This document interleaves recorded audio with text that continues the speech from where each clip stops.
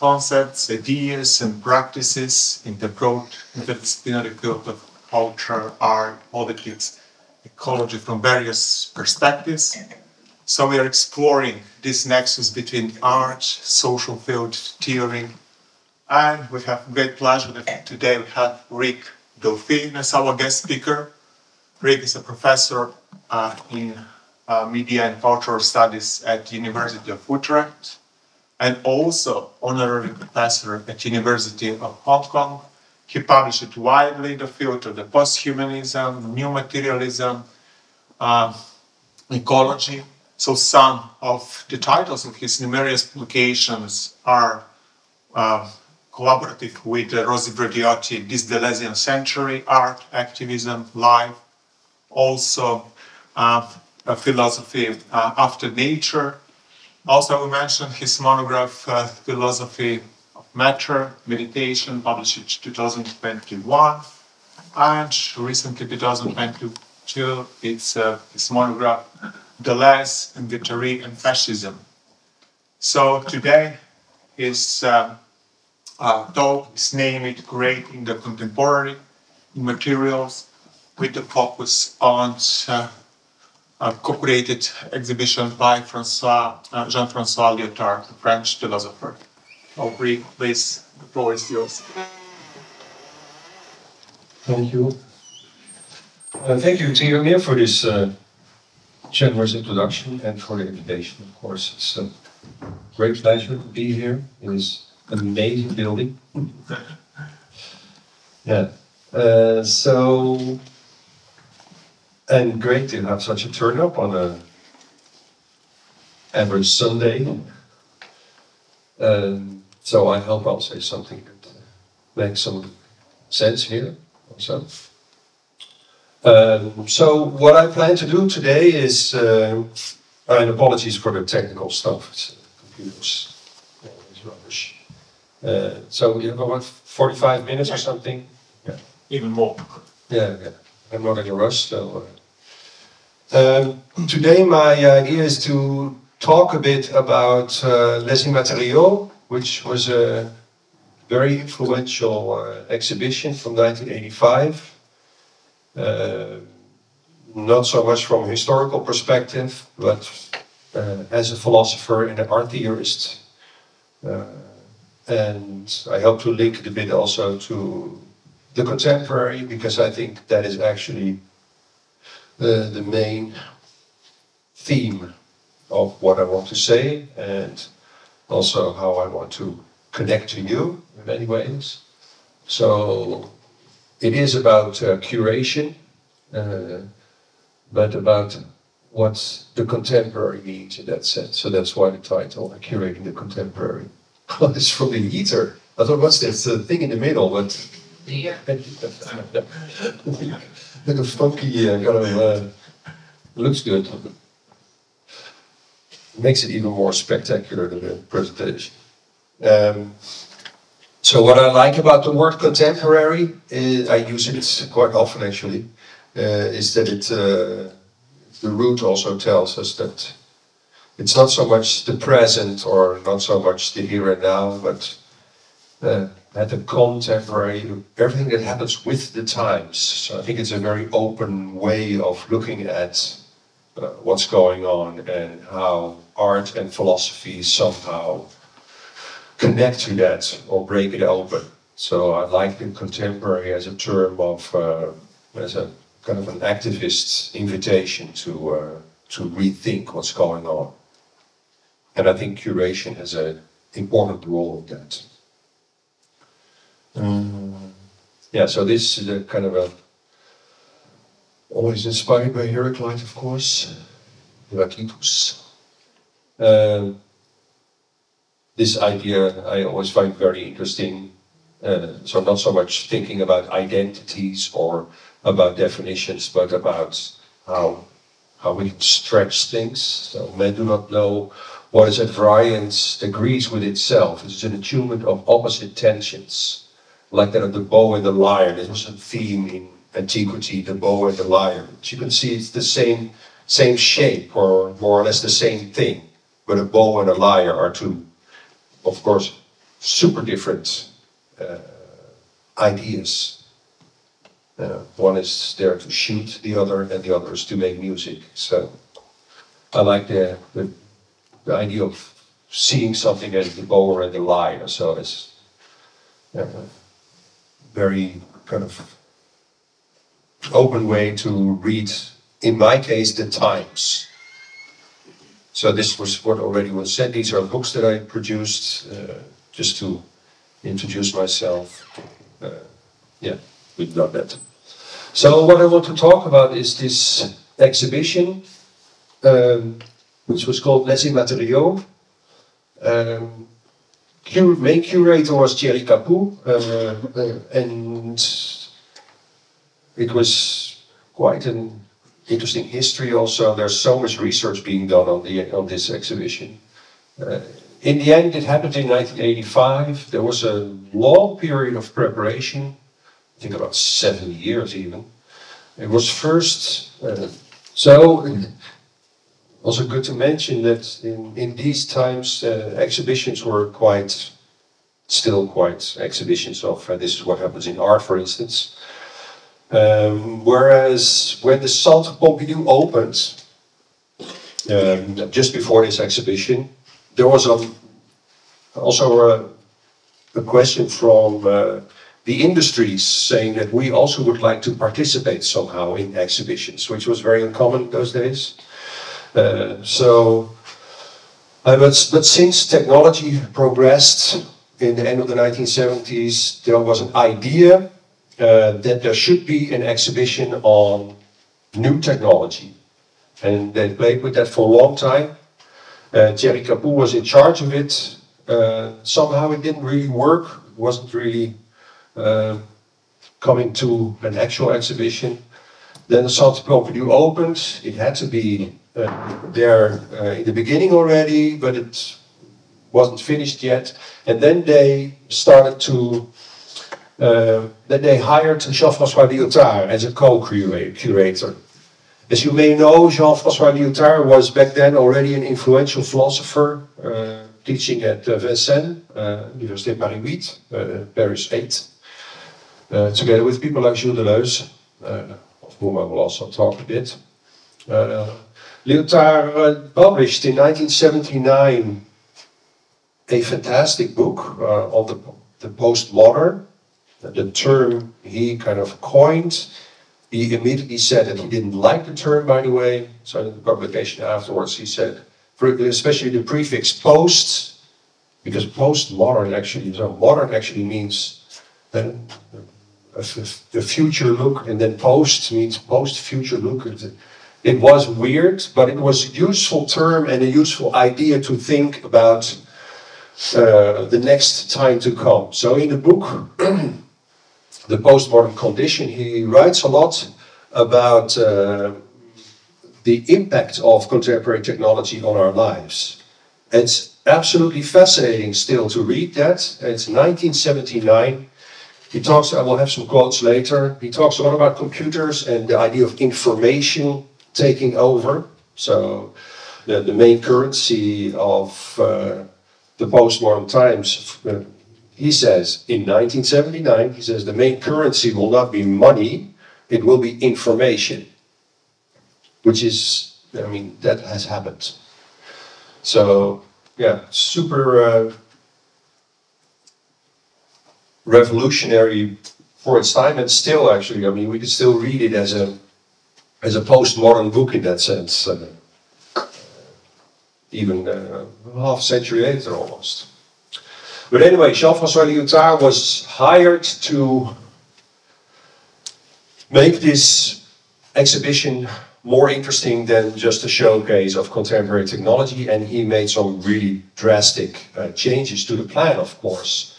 Changed the title also in Les ImmatériauX, playing with the term modern and postmodern and material and immaterial. So it's a neologism, immatériaux, it doesn't exist in the French language.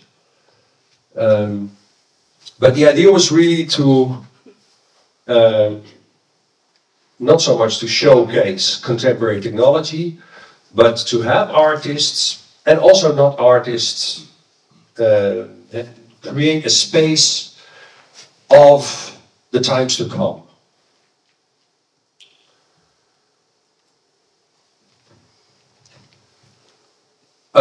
Sorry, this is in French, I'll translate it. This is the curatorial statement which they used in the beginning. Pourquoi les matériaux, la recherche et le développement dans la technoscience, la technique et les arts, et aussi la politique sont témoignant du sentiment que la réelle,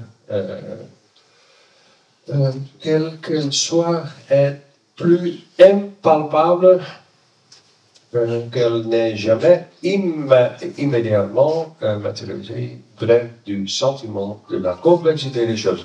So why the term immaterial or immateriaux? Research and development in technoscience, so that was still the starting point. What is the state of contemporary technoscience? In technique and in the arts, immediately comes with a political statement. So what will the future look like depends a lot, of course, on the state of technology, but also on the kind of communication that it allows and the kind of interaction that it comes with. And in the end, of course, also the kind of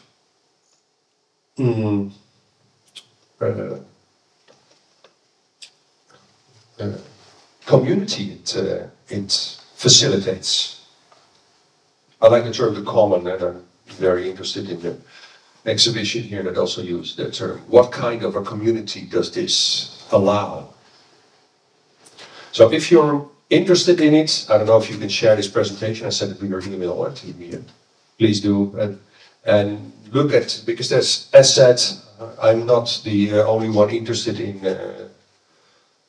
this exhibition. There's been a lot of research on it. And there's been quite some good papers. This is my enthusiasm. Very good papers. Original program can be looked at, and this is a nice overview of everything that happened.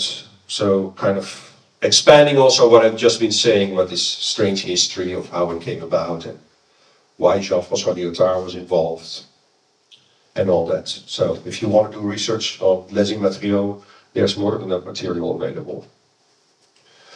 My interest is, of course, as said, curatorship and the time. So what were they doing there and why? At least do I think this was a groundbreaking exhibition, and still is. Somewhat similar to the book of Lyotard. So two things need to be said. First of all, I think what this exhibition does is that it moves away from what we started calling modern art. As said, the initiative came from technoscience, setting up this exhibition. And you can, of course, still see that in the final result. By the way, the pictures in the back are all from the original exhibition. And for those who want more, go to Tate and to these other sources. There's more available. But it's really moving away from what came to be known as modern art and what a modern art exhibition should be about. And I think that's still super important today.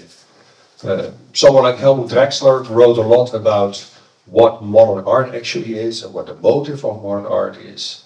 And I guess the most important thing is that somehow in modern art there's this belief that what art does has a lot to do with ultimate and universal worldliness. So it's not about representation anymore, which is more like the kind of a Renaissance, European Renaissance idea. But somehow in the modern art there's this striving to go for a ultimate and universal worldliness. I said those are the words of Drexler. The curator, the role of the curator is something which only nowadays gets serious attention. Of course, collections had to be conserved for a long time already. It was often not much more than taking care of a collection. So that's why the word caring is also so important in the history of curatorship, of course, but especially in line with what the idea of modern art was, which was in the end quite different from what preceded that. Also, the modern curator kind of played a role as someone who framed this ultimate and universal world in different ways. So a modern art exhibition always had the ambition, at least, so a modern art exhibition had the ambition to search for frames to kind of show the times, perhaps, but show the times in such a way that it became ultimate and universal. This is what's going on right now. That was supposed to be the statement. So that's, if you see these exhibitions in the 1960s in New York on modern art, it was always about kind of making a claim, this is the world, ultimate and universal. Of course, there was always critique on that. Super interesting artist Takis, perhaps known also, Greece, known here, who, by the way, his work was also included in Les Immatériaux. At that time, a very influential figure in contemporary art. Takis already made some very interesting statements against this idea of the modern exhibition and this idea of modern art also, because he said that, and this had a very, I won't bother you too much with the long history of that, but it had a very particular history. So in the Museum of Modern Art in New York, there was an exhibition on machinery and technology, and Takis was part of that, and he withdrew his art because he said the claim may be that's an ultimate universal world in us, but in the end it is not at all. It is super exclusive. So he said, and this is a claim from 1969, that the modern art exhibition excluded for instance, the black communities, the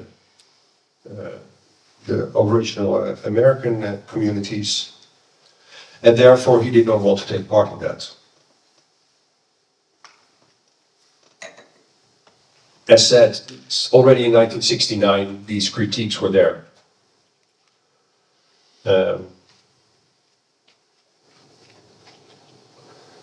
So that's a critique on the idea of time that was practiced with modern art and with the modern curator.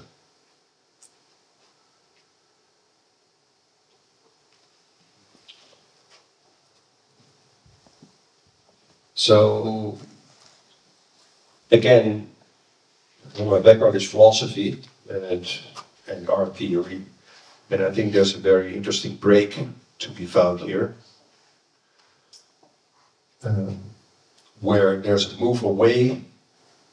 In the end, in Les Immatériaux, of course I will talk about that in a minute, but there's a break away from this idea that an exhibition is able to, in line with the idea of modern art, to be an ultimate and universal representation, or an ultimate and universal capturing of the time. I use a word for that, that is the present,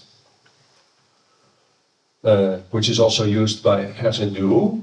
They notice that this framing of the present, the word framing is also hugely popular when it comes to curatorial work, of course. What kind of frames are you using? I think that in modern exhibitions, in line with modern art, there is this urge to frame the times in such a way that this is something which is the here and now. So a critique on that, recent critique by Hasendoe said that in modern art and in modern curatorship, there was a urge to frame the present, whereas what nowadays is much more popular, and as I will show, this is something which really happened with Les Immatériaux, and why Les Immatériaux is so important. I'll come back to that later. What nowadays is much more popular is that an exhibition, but also art itself, is about making work. Faire œuvre, the fact of creating. So it's also much more community-oriented. It is much more in search for a kind of inclusive practice that is not so much making claims like, this is what's going on, and this is the world, but more like, let's set up communal activities and thereby practice something which is good for all of us, as a kind of an invitation. So it's a very different idea of curating also compared to what the modern curator is after. The modern curator is framing a set of artworks and saying, this is it, you can come here and watch it and go away again. But these are the times. Whereas this is a very different practice.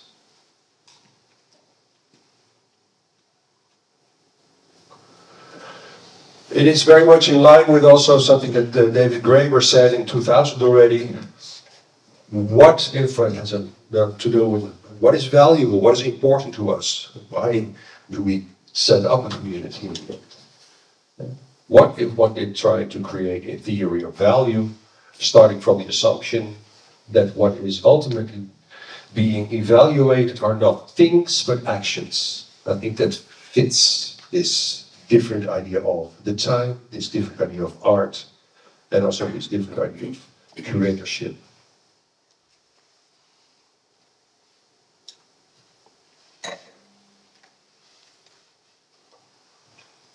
Okay, I was going to say more about Les Immatériaux, because I said already that I think this exhibition from 1985 already, somehow following up upon Jean Fran Liotar's work from 1979, why here already you see this solid critique of a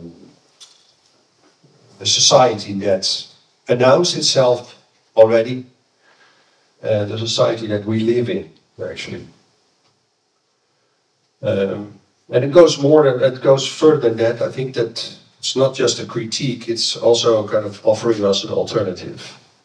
And the alternative has a lot to do with this making doing, with the idea that in the end, art and curatorship, but also philosophy, should be much more about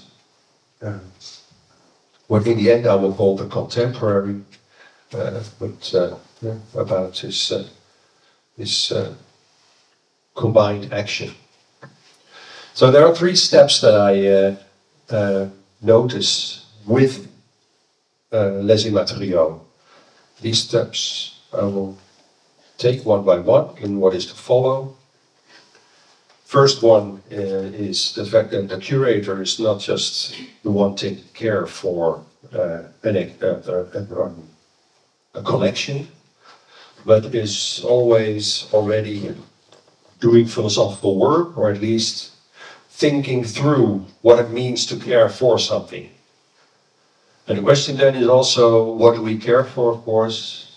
And that has also happened in the past 40 years, that we are not just caring for a collection, we care for society at large, for a post-human view on the world, for a more than human community, whatever. But at least it goes much further than just the curator that looks after some historical objects. Second step to take is that an exhibition is not so much a frame set around a series of artworks, but this is a line of thought that I just took from, or at least I didn't take it literally, but inspired by Gilles Deleuze.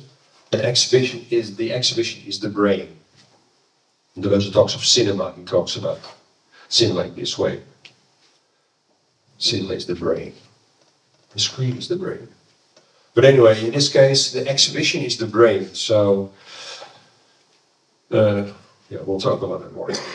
And the third step is, of course, realizing a new engagement. So, and again, we can use a term like the common for that.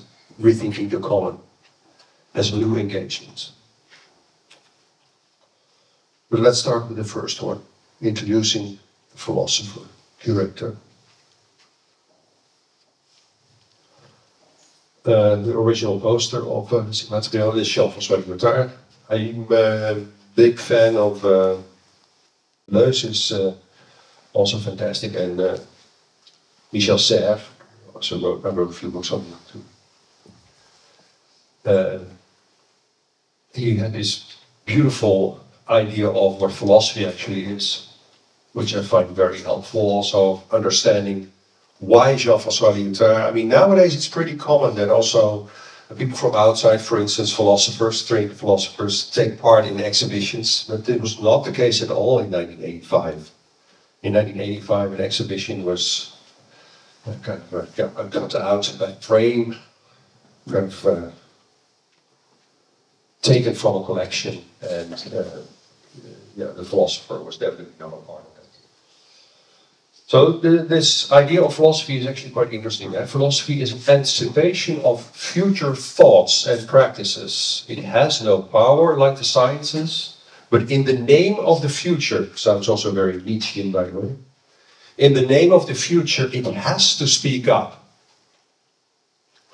It has to make use of its unrestrainable ability to compose a world in its totality, or in general, and in its most minute detail.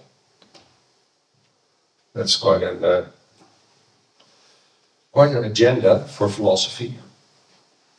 But of course, I like the idea that I also like the idea that it has no power, by the way, but that in the name of the future, that it anticipates upon what is about to happen or what should happen. So it can be a critique, but it can also be a kind of a search for companionship. And I think this definition of philosophy is, in the end, hugely helpful for understanding what Lyotard actually did and why he did it. As said, he was working as a professor, writing books at Vincennes. Vincennes was a very revolutionary university, by the way, set up after 1968, so the Paris student riots, and it was set up as a kind of a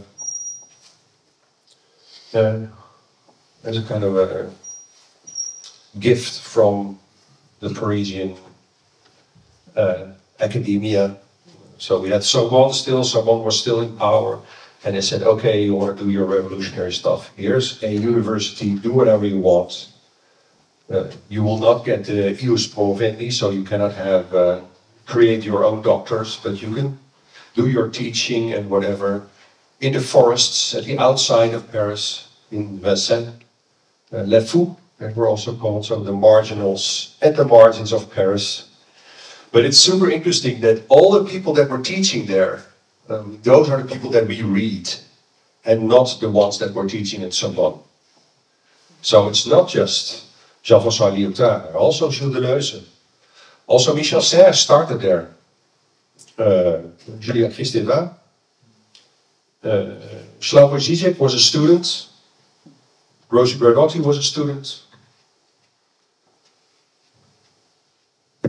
So it's super interesting that this marginal institute, it was also first considered to be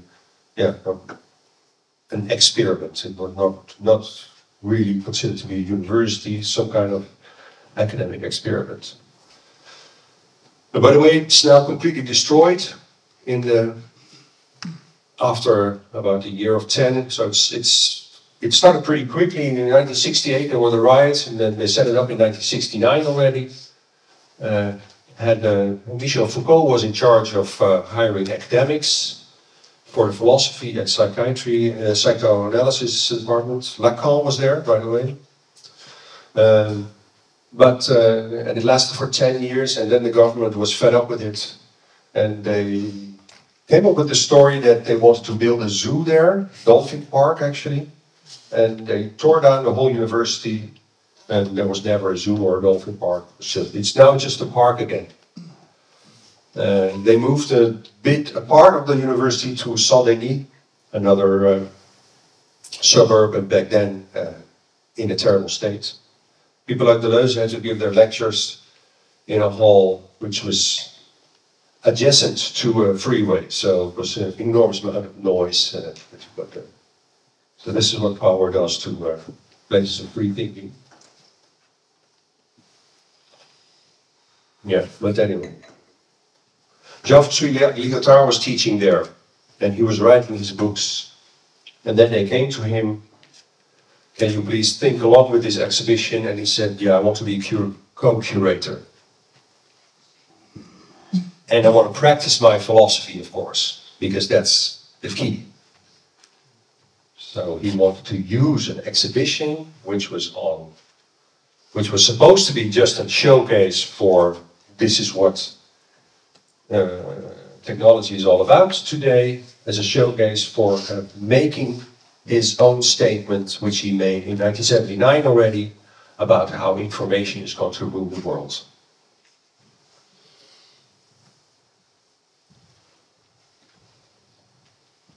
An interview with Lyotard. As far as I myself am concerned, my acceptance of the idea to use words with which you've stated it, and to becoming the philosopher who decided that his job is to give us something to look at, so being part of the curatorial team, is something very simple and not even particularly original. I accepted myself as a philosopher, and it seems to me to be important for the philosopher to be able to record what he thinks through the use of instruments that don't have to be restricted to the instrument of the book. Still quite revolutionary, by the way, because nowadays universities still want us to write books that no one reads. At least I hope some of you do read it, but it's quite a restricted view on what a philosopher can do. The use of instrument of the book. It's just that simple. New and different things are at stake today, even though they're not totally new. And we have to try to understand the things that are being offered to us. Well, this is of course the definition of philosophy in the last part, right? But which I just quoted from Serres. We have to try. There's a need. And something forces us to think, is what Deleuze would say. We have to try to understand the things that are being offered to us. So it's not just a showcase of new technologies. We have to try to understand what kind of consequences this has. And this is the task of the philosopher. Without having power, this is what the philosopher has to do.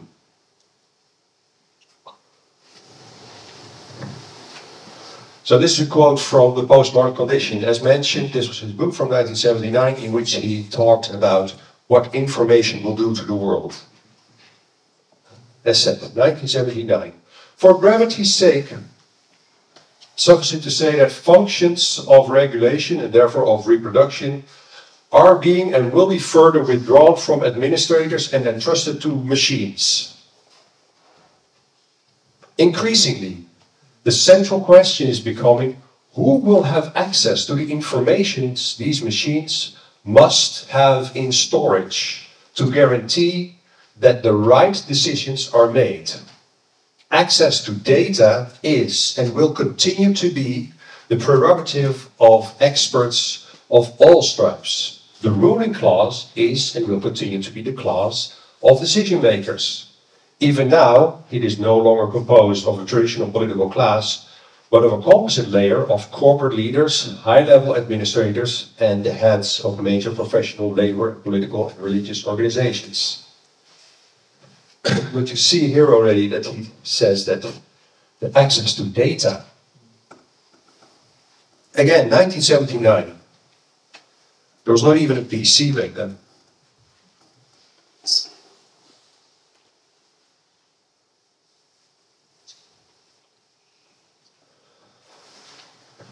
A quote from Gilles Deleuze in 1995, much later already, but also, this was also way before the internet. It is the internet as we know it.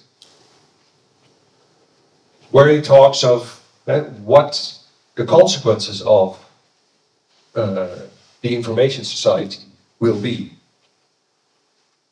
Very interesting text. Postscriptum, he calls it control societies. The term control society is from Burroughs, actually.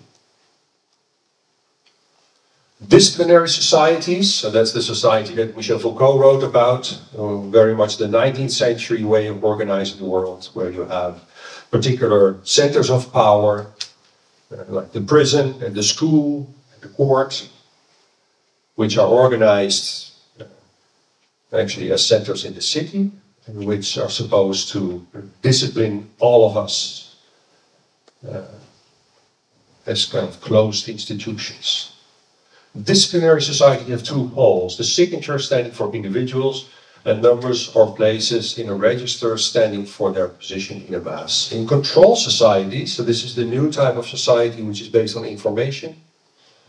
In control societies, on the other hand, the key thing is no longer a signature or a number, but a code.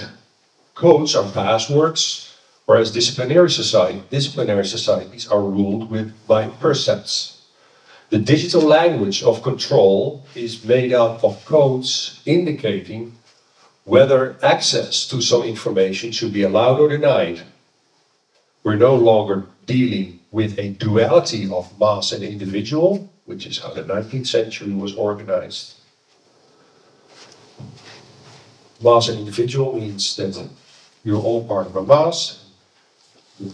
The moment you are considered, so you have a difference between sane and insane. So the madhouse is one of those institutes of power in disciplinary society. Sane and insane. If you're considered insane, you're taken out. And you're placed inside an institute, which is called a madhouse, and they're trying to do something to put you back in society. This also happens in hospitals, for instance. So you have the healthy and the sick. So everyone is healthy. The moment you're sick, you're taken out, you're placed in a hospital, and you're turned back into healthy again. So that's the play that's taking place in disciplinary societies. That's not what happens in control societies. In control societies, this opposition between individual and mass is non-existent anymore. In control societies, it's about data management and about being allowed or denied access to particular rooms in the wider sense of the word. So this opposition is also outdated between mass and individual. Individuals become individuals and masses become samples, data, markets, or banks. 1995.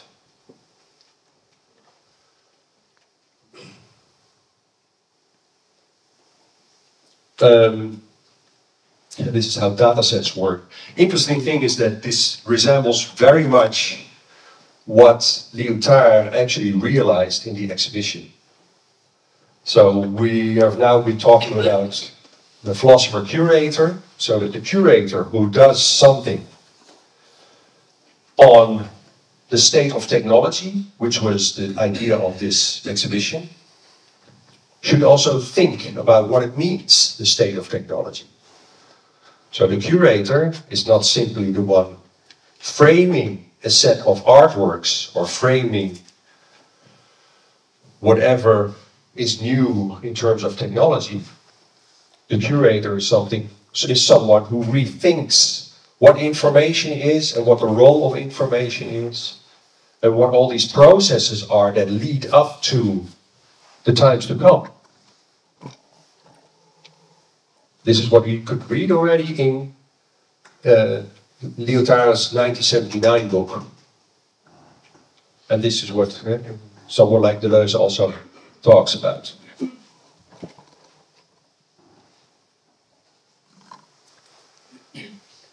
Here you see one of the, I said there's enough material available on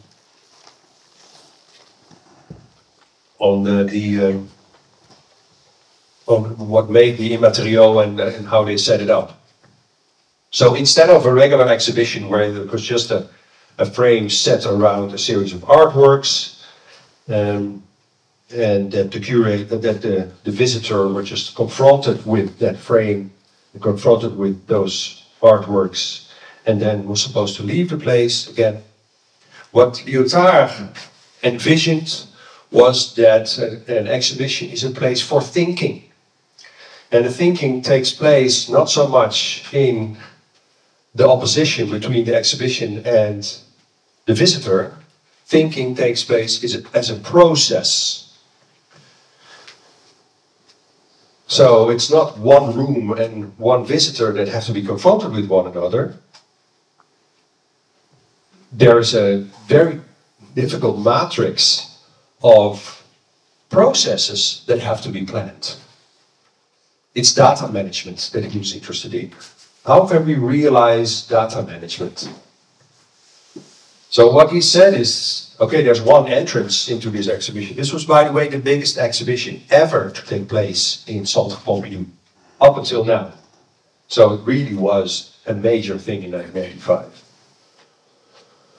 There was one entrance, but from that moment on, you could go in many different directions, and the people who came out of the exhibition all went through very different processes. So it was not a confrontation with, this is the state of the art, take it or leave it. It was, you're part of the experiment now. From the moment you step in, you're part of the experiment, and you take part in the setting up of a thinking community, where there's artworks, but there's also just electrical equipment. So it goes much further than Duchamp placing a ready-made in a museum. It's not like that at all. But that is typically modern. What is done here is that you facilitate processes of thought, in which there are endless ways of thinking. Good ways and bad things, and bad ways, and you can take part in the exhibition in whatever way your thought leads you. So they called it curating unrest.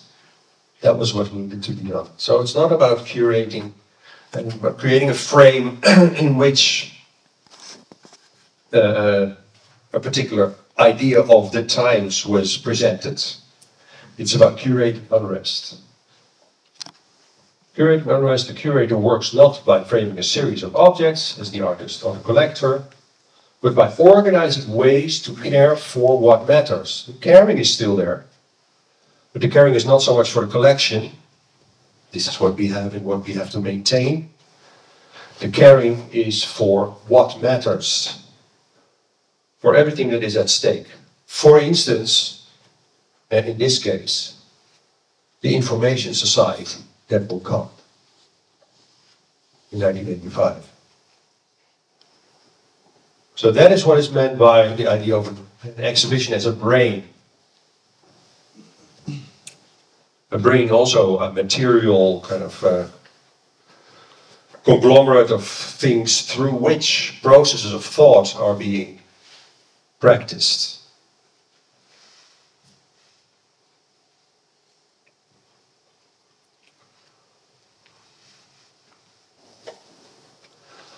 So, I think what's aimed at is what I mentioned Deleuze already. Of course, I'm also interested in the work of Michel Serres. I said Michel Serres wrote this beautiful book on Thumbelina, where he showed how it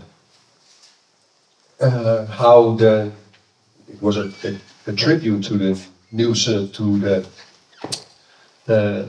the next generation. So he wrote it when he was in his 80s already, as a tribute to his grandchildren, particularly his granddaughter. But he said that the philosophers have done a bad thing up until now, because they have not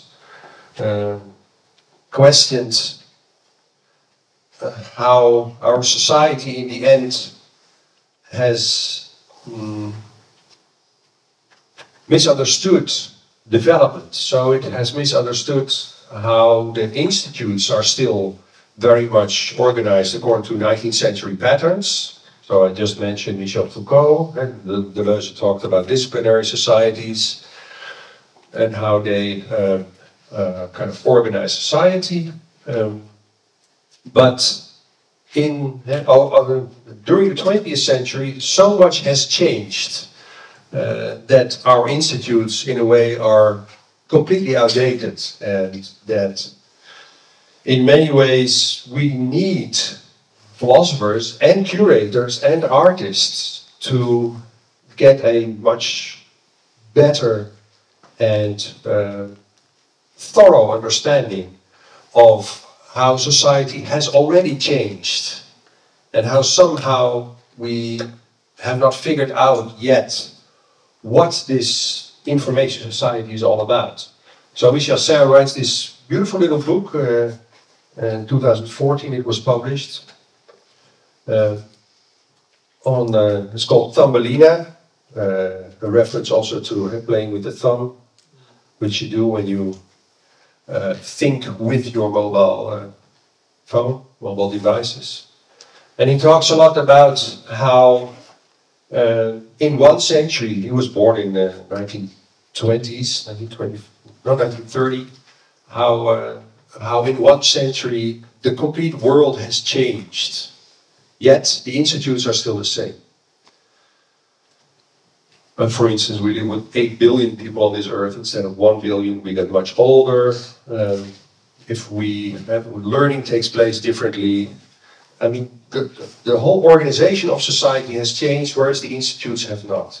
It's super interesting to see how this has not been implemented in how we are organizing things. So I think what Liotard and Deleuze and Serres are aiming at, the role of the philosopher, is also in many ways to open our eyes for how society is, in a way, not understanding itself. And again, we were talking about exhibitions and about how exhibitions are not just a showcase of the here and now, but in a way also are very activist in their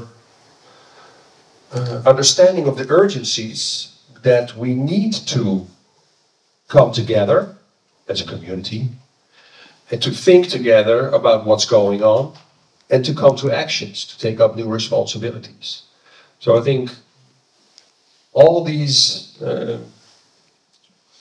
changes that are taking place in terms of technology cannot be simply shown in terms of a showcase. Like this This is the newest computer. This is what the internet will be like in so many years, whatever.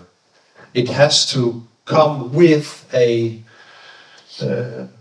philosophical approach. So in a way, Lyotard couldn't have done this differently. He had to come up with a new idea of the curator. He had to come up with a new idea of the exhibition. And the exhibition not just as, see, this is the world, no, as a thought process. And in the end, of course, that's step 3, that's where we're going to right now, this had to come to a new kind of responsibility, a new kind of thinking together. So you set up an exhibition not just to show what the world is about, you set up an exhibition in order to think with the contemporary, in order to act with the contemporary. And the contemporary is a nice term, as said, because the contemporary says that things happen with the time, and sometimes they're visible, sometimes they're presented to you in the present, but very often these are things that we have very limited or even unrealistic understandings of. So that's why I think that what these philosophers have to say, like Lyotard in the exhibition, but then also Deleuze and Serre, has a lot to do with how exhibitions nowadays, as I said, I'm not so much interested in the end in what this 1985 exhibition is all about. I'm interested in what this means for the contemporary curator and for the contemporary philosopher, of course. It tells us a lot about how these philosophers imagine philosophy to take place, not just within universities, but also among the objects and the people in, for instance, museum spaces. And creating these new communities, thinking communities, acting communities, through which a better understanding can be realized of what the world is going to.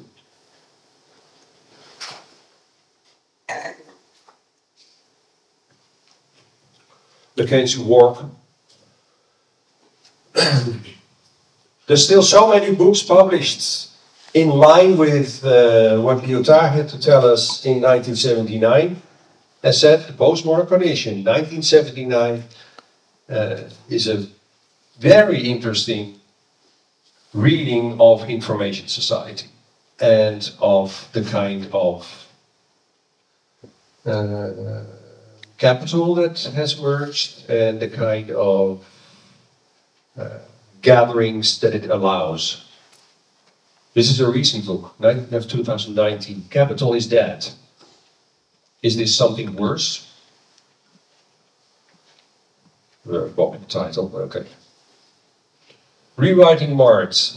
It is not the captains of industry that control, it's the vectorialists. This is Potential work talking. Those who own and control the means of producing information. Interest and profit are dead. Ownership is not about things.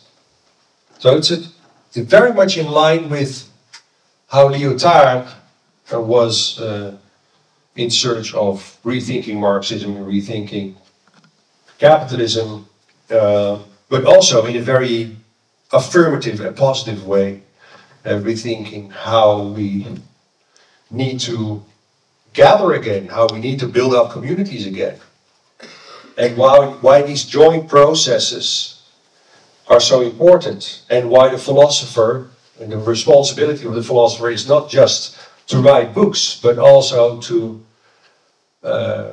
facilitate communities like these in museums, for instance, in exhibition spaces. And that cannot be done by just taking up a series of objects and throwing them in a room and saying, here's the here and now. It means thinking through processes.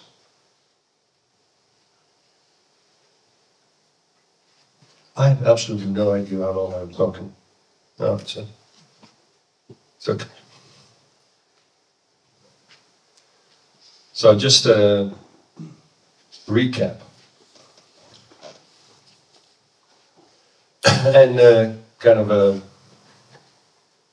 a bit of an alarming, it's a very cynical way of where this is by now leading us.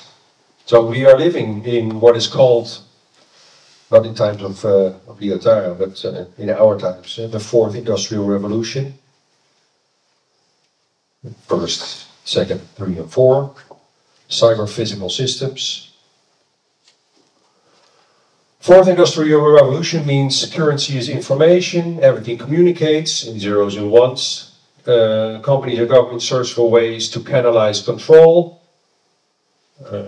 Pastoral power is a Foucauldian concept. Canalized control happens in the, through information, of course. Media are completely fragmented and coded according to the vectors of control. Again, who gets access to what? So, very much in line with what we read in Liotard, later in Deleuze and in Serre, and Mackenzie's work, of course. So that's the fourth industrial revolution. That's the kind of society that we ended up in. Sixth, mass extinction, also it's quite a alarming graph. Yeah, it's not going very well.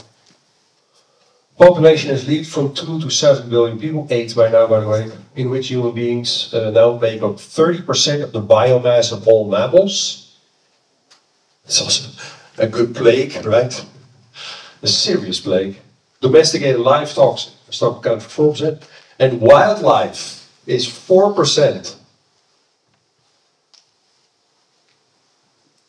That's not a lot. I come from the Netherlands, by the way, which is a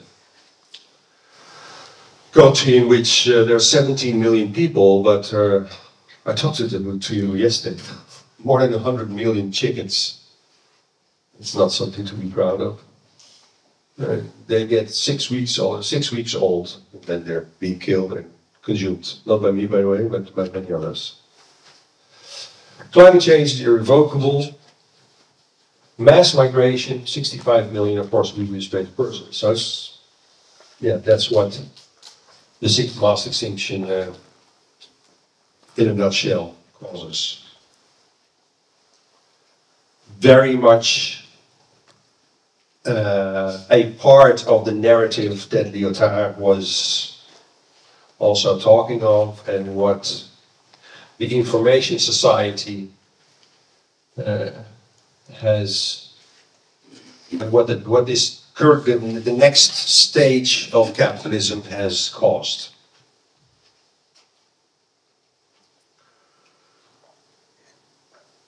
The new engagement, yeah. In the end, what Liotard talks of is not a negative story. It's a kind of a realist story. It's a search for how can we understand what's going on and, as said, think together in order to come up with alternatives, or at least be aware of what's happening. So this new engagement, and this new engagement does not mean, which is also super interesting, of course, in terms of how this exhibition was organized, it doesn't mean that everyone agrees. In the end, it was organized like a brain, which means that there are so many different thought processes at work in the exhibition, and people come out with very different opinions and ideas. But that's, of course, the most important, that after that the conversation continues. And that's also what Liotard, in all the interviews that he said, in all the interviews that he gave, said.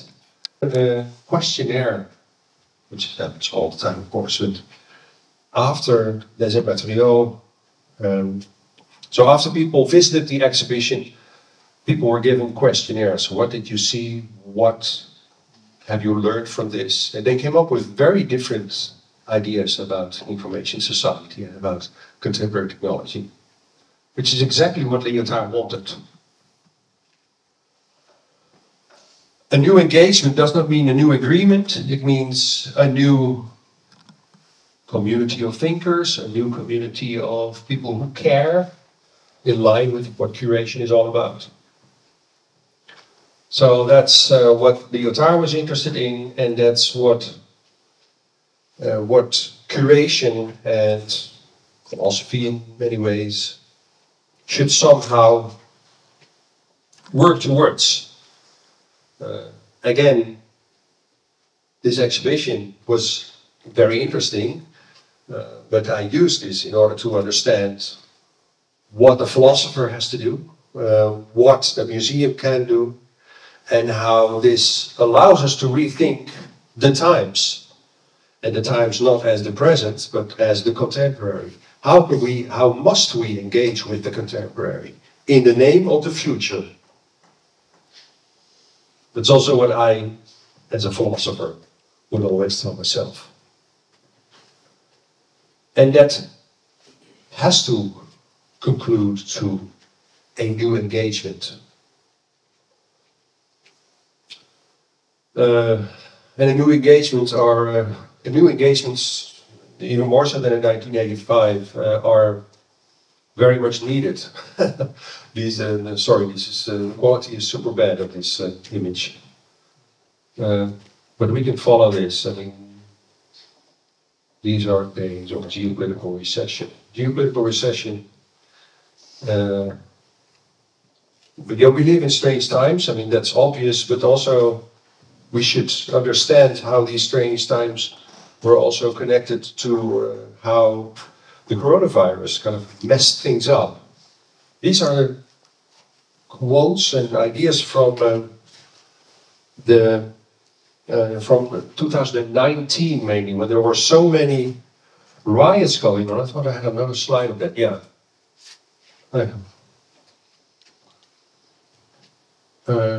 Just before the corona crisis hit, there were protests all over the world. People have forgotten that completely nowadays because of this super scary virus, which is not very scary, by the way.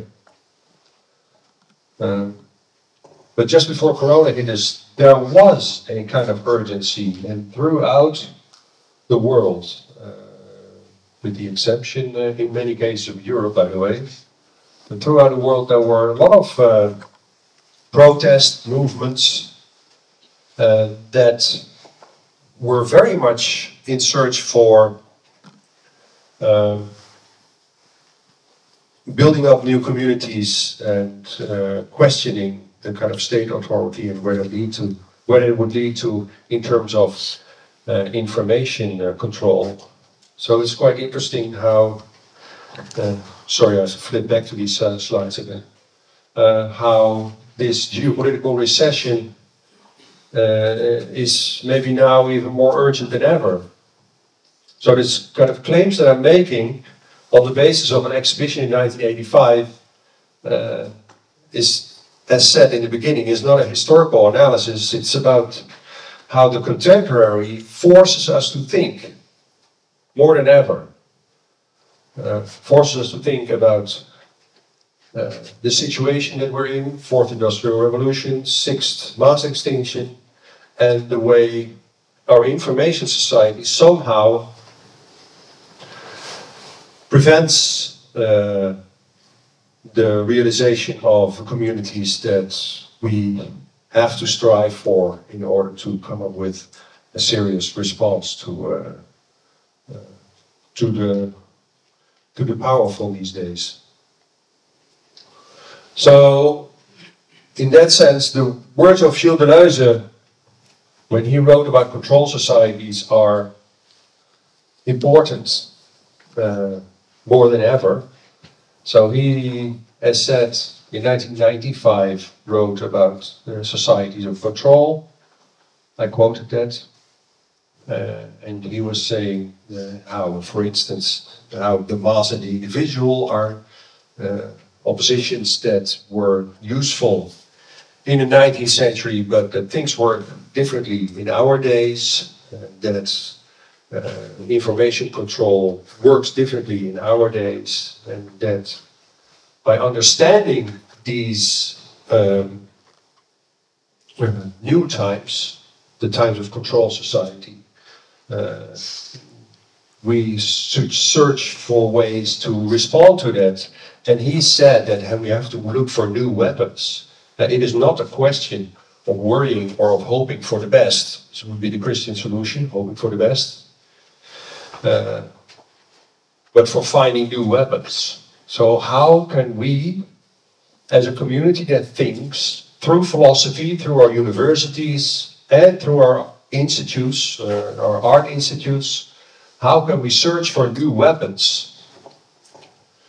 A new weapon is, of course, especially in times of information society, is not gun or any kind of explosive.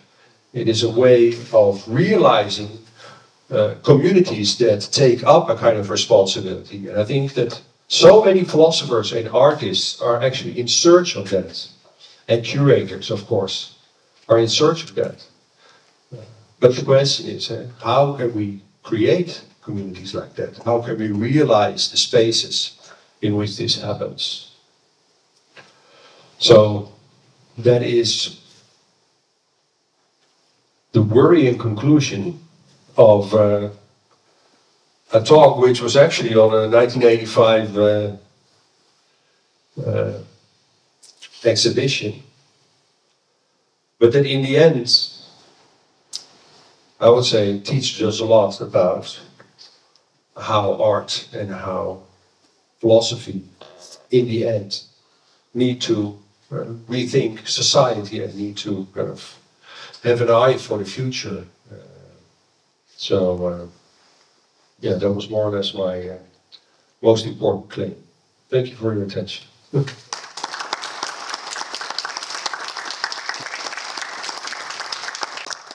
Okay, thank you, Rick, for this wonderful lecture. So please welcome your questions.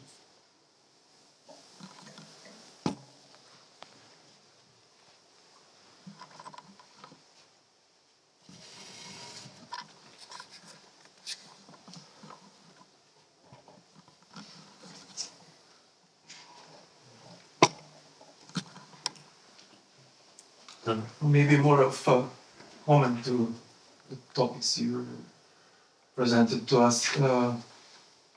Of course,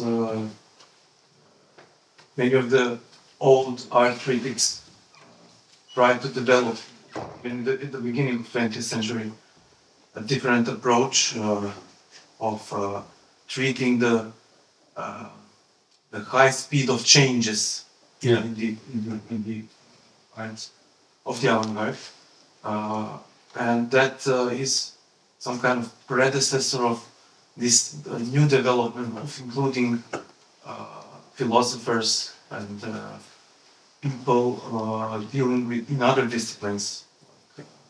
This trend maybe started with Liotar and his exhibition, continuing up afterwards with the many exhibitions developed in CKM, in Karlsruhe, even very recently with the inclusion of people like Bruno Latour and others. And of course, it's some kind of try to cope with all the changes and all the unexpected developments of thinking beyond tomorrow. The idea of modern art or individuals doing things differently, not always with the idea of knowing what will come as a result of their expansions of spaces of thinking, of doing. I like that you showed us this quote of Serre about philosophy. Yes, the role of philosophy, like, and always thinking about art maybe being something with contemporary art, let's say, something in between, like theoretical work, but also in the way science do things like through experiments, not necessarily something that functions or getting to a formula of something, but maybe it's very useful to see this quote and think again of the role of art today, not just curatorial work and thinking about, because many different trends, art trends are in a way all that in one. Curatorial work, doing with existing things, combining them, making new structures, rethinking, like having them in an ongoing process, as you said, not something that you only show in a close frame, but pushing it to an ongoing process. Yeah, there was also this idea of Hersendoru that it's not so much about presenting ideas or presenting artworks, but in the end, so it's not so much about objects in the end, but about the processes. And then, of course, art and philosophy merge in many ways. I am, so deep in my heart, I'm a follower of Spinoza, also a Spinozist. And Spinoza would always say that thinking, the process of thinking starts with imagination. So in the end, there comes a rational thought, maybe, or something else. But the first step in thinking is imagination. And imagination is super dangerous, he says, because it's also the weirdest idea comes from our imagination. But in the end, it's the first step to take in order to come to whatever idea. And in imagination, of course, this is the moment where art and philosophy meet each other. Because every artwork starts also from imagination. It's not so much about the outcome. It's not so much about either the artwork. And in the end, also not about the philosophy book. It's about these joint processes which needs to be facilitated, and which in the end is a kind of the necessity of what forces us to think, or what forces us to come together, what forces us to look at the stages of technology and see where is this leading us. I wanted to ask something.